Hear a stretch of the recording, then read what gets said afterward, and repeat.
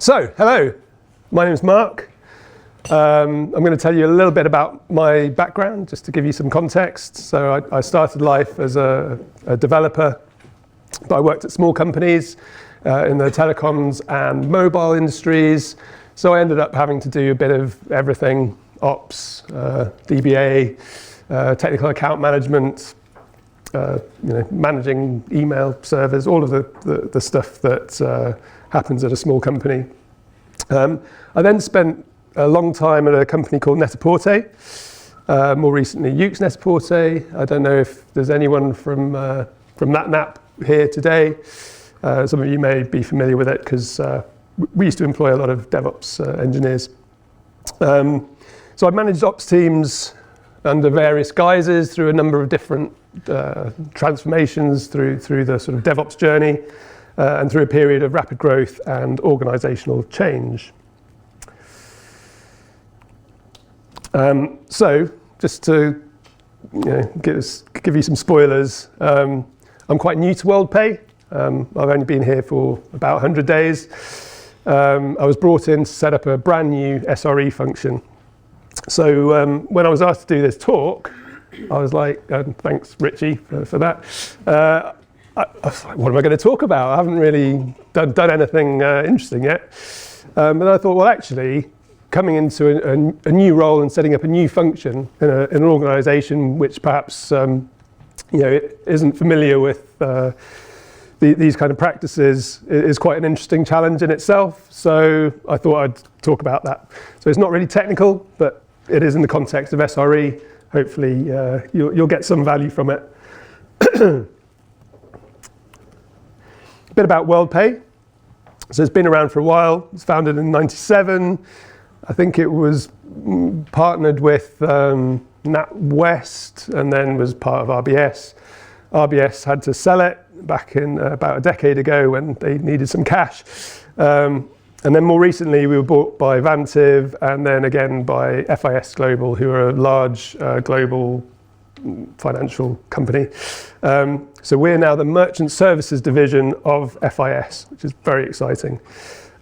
Basically, we provide online and point of sale payment services and some other alternate payments that I haven't found out about yet, but I'm sure these guys can fill you in. So just to give you an idea of the scale, we service over 1 million merchants, process more than 40 billion transactions annually, support 300 payment types and operate across 146 countries and 126 currencies.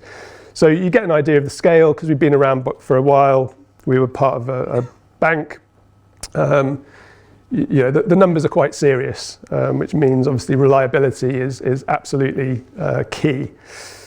But also having been around for a while, perhaps there's some, as you can imagine, a lot of legacy tech which got us to where we are, but perhaps isn't serving the business as well as more modern solutions.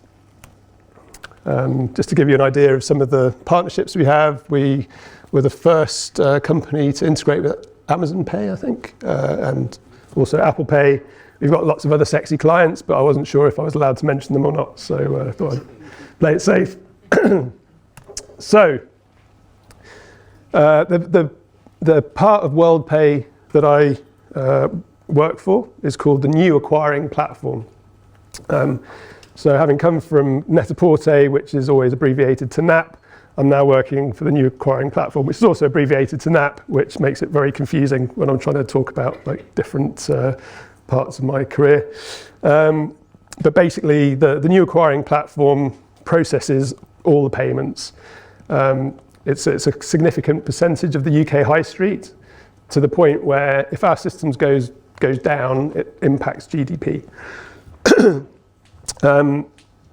Basically, in a nutshell, the acquiring platform gets all of the card transactions and then settles the amounts between the card issuers and the merchants via the schemes, which are Visa, MasterCard, and so on. Sounds simple? It's really not. There's a lot of complexity around the data and the different integrations with the different partners, which makes it very complicated. So it's a pipeline-based application as opposed to a sort of request-based application, which was a bit different for me, having come from a web shop, but more about that later. It was originally built around some enterprise technologies, things like Oracle ODI, IBM WebLogic, but we started to hit some challenges around the flexibility and the speed of delivery and the ability to scale with those products, which maybe some of you, if you've worked with those kind of products, you may have hit some of the same challenges.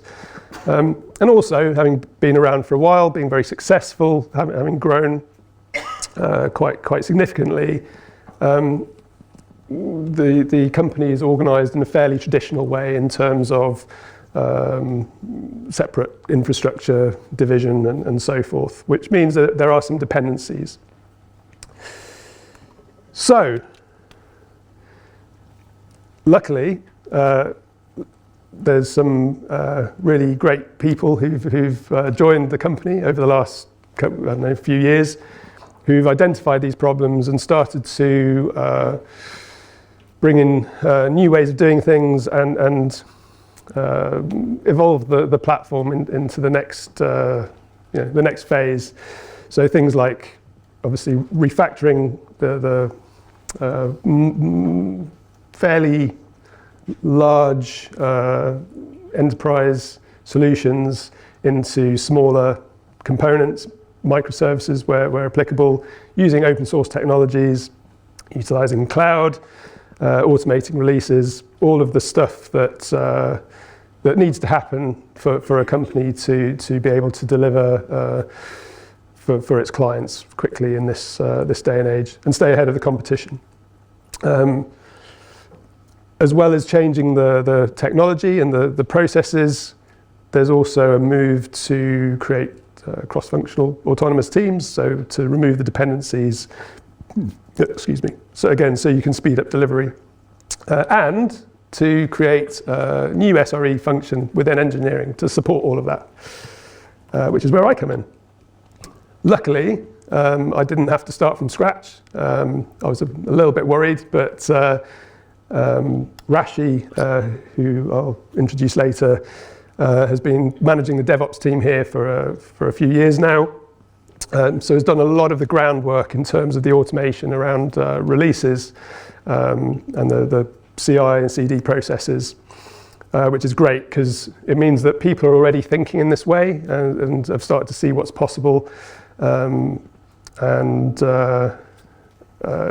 can then build on that. So I'm not starting from scratch.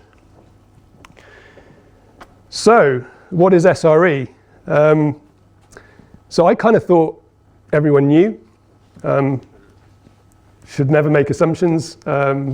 What I realized coming into a new organization, everybody's got very different ideas around what it really means. And although you can quote the sort of high-level definitions, how does that translate into day-to-day work? That was a new problem for me, having worked at one place for a long time. So, how many of you have seen the Google video on what SRE is? Okay, not that many. How many of you have read the books from Google about what SRE is? A few more of you. Okay, so for those of you that haven't, the idea is that SRE isn't exactly different from DevOps, but it's a set of practices and a way of working which helps to implement good DevOps practices. If you haven't read those books, I really strongly recommend that you do. Even if you're not working in the ops space, anybody working in tech will benefit from reading those books. They give you a really good insight into the experience at Google. So what does that really mean in detail? So there's lots of things that come out of those books. Some of the key things is, whereas DevOps is a bit of a fluffy term, and it could be, you can have developers who do DevOps, and then release engineering is kind of DevOps, and then automated operations is DevOps. So what SRE does is it recognizes that really the ops skill set and ops experience is generally different from developers. Obviously, we all love to have cross-functional engineers who can do everything, but in general, people focus on one area, and that's where their expertise is. And SRE recognizes that. However, at the same time, the key tenet is to reduce silos, and you do that through shared ownership. So rather than one team owning the code, the developers, and the ops team owning the production systems, both teams work together owning the complete solution and agreeing how it should work in production and supporting each other. That's really key. Another key principle from the Google book is the concept of SLOs and SLIs. So for those of you who aren't familiar with those acronyms, rather than SLAs, which tends to be a legal agreement that you might have with your customer around your quality of service, an SLO is an objective that you agree across all of the various players, so ops, development, and the business, in terms of what tells you that your systems are running well, and what's the threshold where if things aren't running well, you need to stop and do something about it. SLIs it stands for service level indicator, so those are the actual metrics that you would agree on, which then feed into your SLOs. So, obviously we all know it's useful to see how your systems are running, but actually thinking around how you how you measure the health and the reliability of your service, it's not always obvious. And actually going through that process, as well as bringing the different teams together, having that common idea of what good looks like is really important and really useful.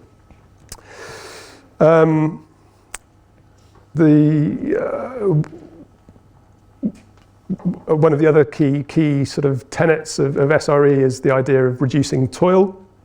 Okay, we all love automation, but the idea behind SRE is that you really understand what toil is, and you measure it, and you put a lot of effort into reducing that toil.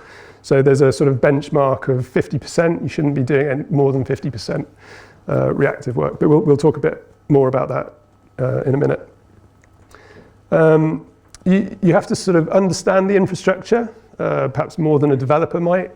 Depending on your organization, you may or may not be responsible entirely for the infrastructure.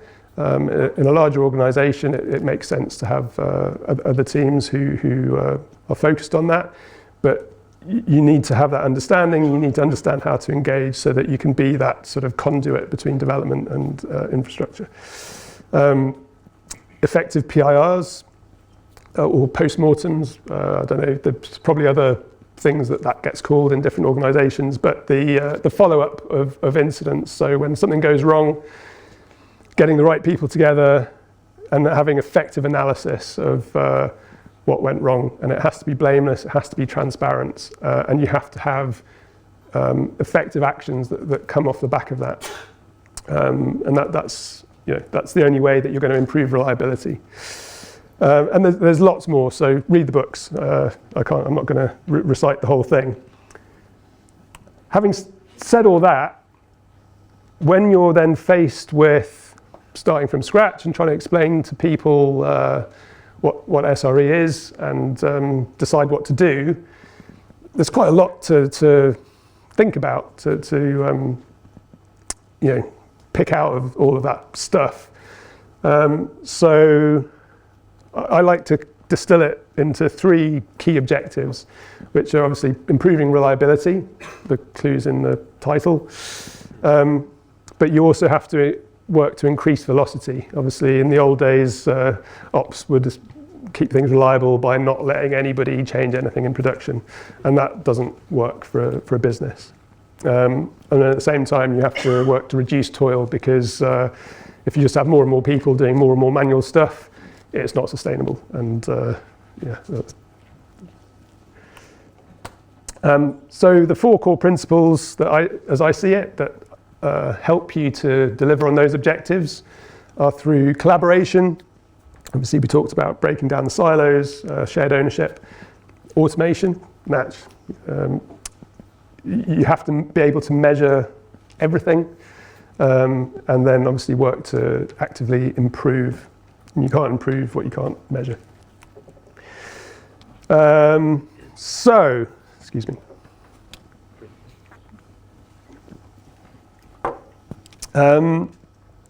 So yeah, I was thinking about how to do this talk and what could I talk about. And actually, starting from scratch, a new company was a new challenge for me. So I thought I'd talk a bit about some of the experience I had. Obviously, the first thing you need to do is discover. You've got to find out what's going on, what the challenges are, what the world looks like. And in order to do that, you really have to build trust. So before you decide how you think you can improve things, or start sort of getting into the technicalities, you've got to get to know people and take the time to understand things from their point of view, understand their view on the world, the bit of the history, so that you can collaborate with them, because otherwise you're toast, basically. It's kind of obvious, but it's really easy to do, is to make assumptions. So as I said, based on my previous challenges, I was very focused on automation when I came in, and actually that's not the problem here. As I said, Rash's team have already done a lot of great work on that side, but there was new challenges which were things I was familiar with but sort of hadn't expected. So you really have to just start from scratch, keep an open mind. Then of course you have to make a plan. You need to very quickly decide what are you going to do, what are you going to target first, how are you going to go about that. And more importantly than the plan is you've got to communicate the plan. And it may be that you have to do a presentation to senior management, or just get engagement from your colleagues, but you've really got to talk to people and explain what you want to do and why you want to do it, and get that buy-in, because you can't do anything on your own, right? And obviously everybody's always very keen on strategy and being strategic, which is really important, and we could have a whole talk about that. But as a strong agile proponent, it was very important to deliver some value quickly, which is not that easy when you're coming in somewhere new. So what could I do to help? The first thing I did, well, the first objective I had was to build a team. So there's a quote from there's a book by a guy called Jim Collins, who wrote a book called Good to Great, where he did a lot of sort of analysis and interviews with CTOs of not just successful companies, but companies that had been failing and that these guys turned around. And one of the common traits that these guys had was that one of the most important things was to get the right people in. If you get the right people on the bus, then you decide where to go. So I think, having managed teams for a number of years, I can really understand that mindset. People are absolutely key. So in order to hire effectively, you can apply SRE principles to hiring. So you want to streamline the process as much as possible, remove all of the dependencies and all of the manual processes.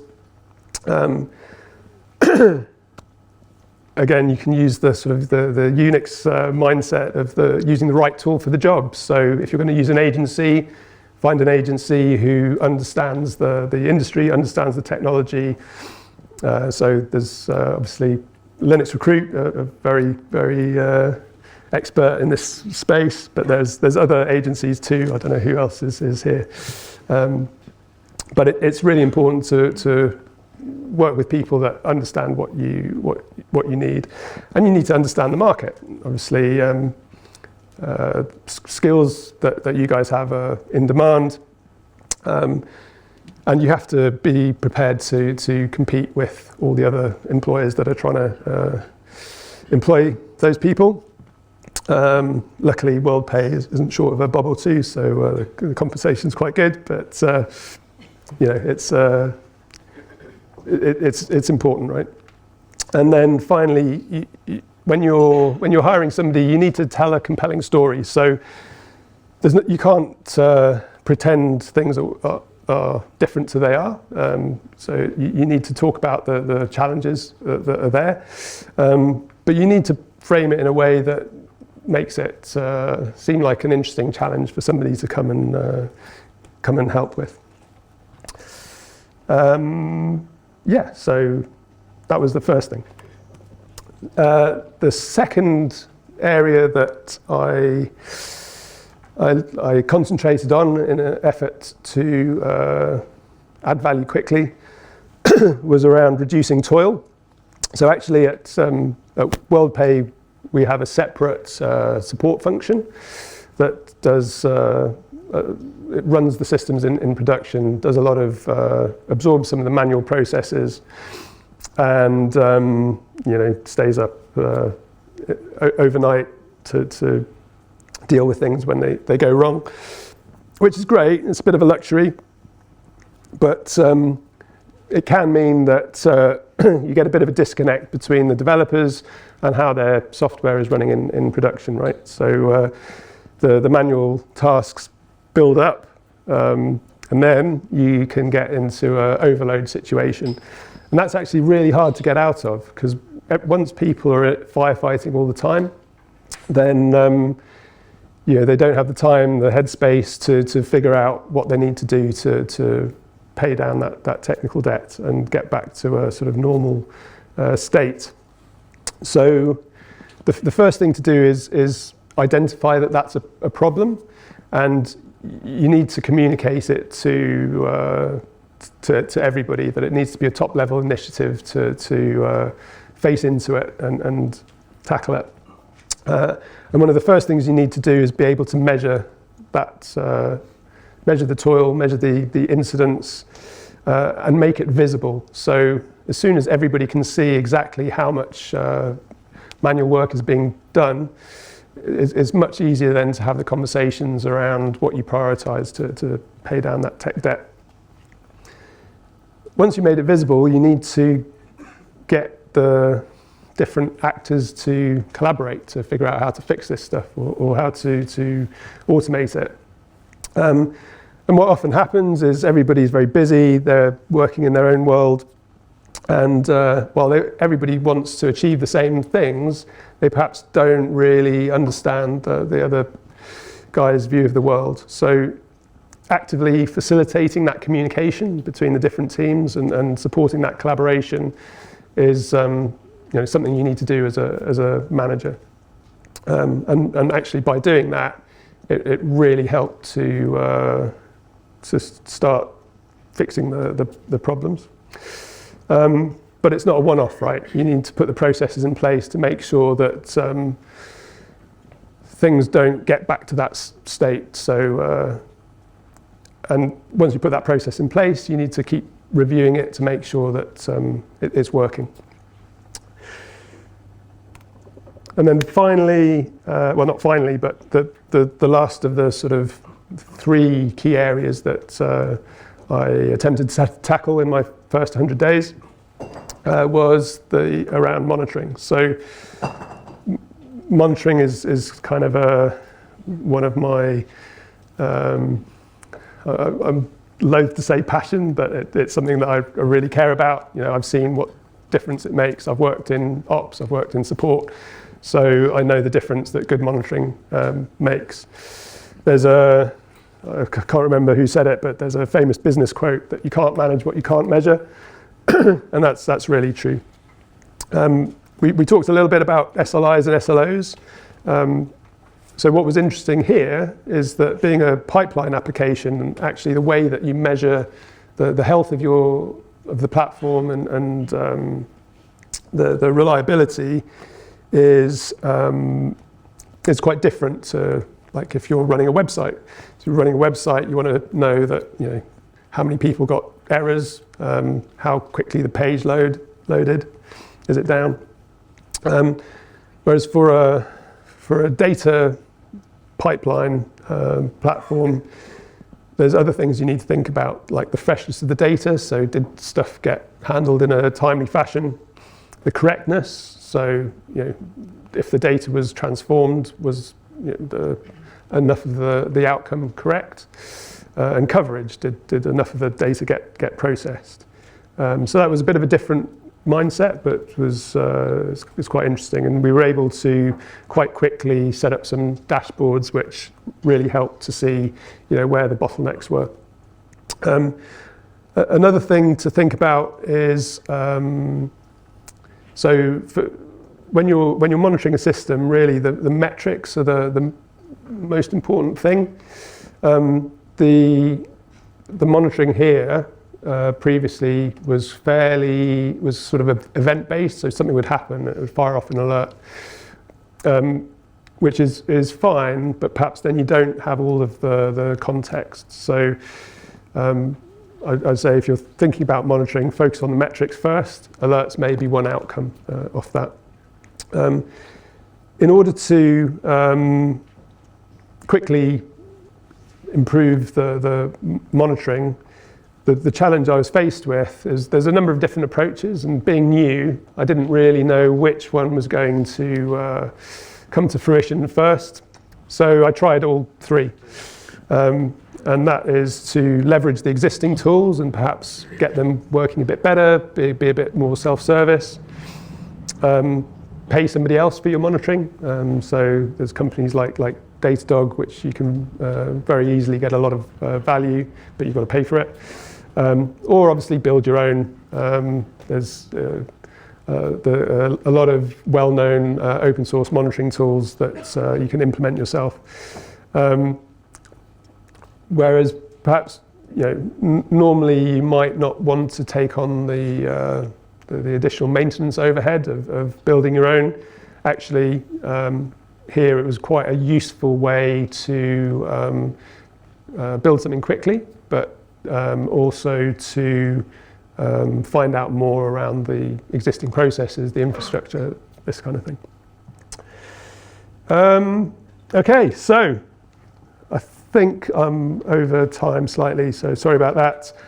Just wanted to introduce some other key people who you may have met already. We've got Rashi, who's the head of DevOps in Knoop. Rich Hughes, head of development or head of Knoop services, and Hardeep, our recruitment partner, and Eamon's there as well. Sorry, Eamon, I didn't get a photo. But, so if you haven't already said hi, go and say hi to them, ask them questions. We are hiring. If you want to find out more, you can email that email. That's it.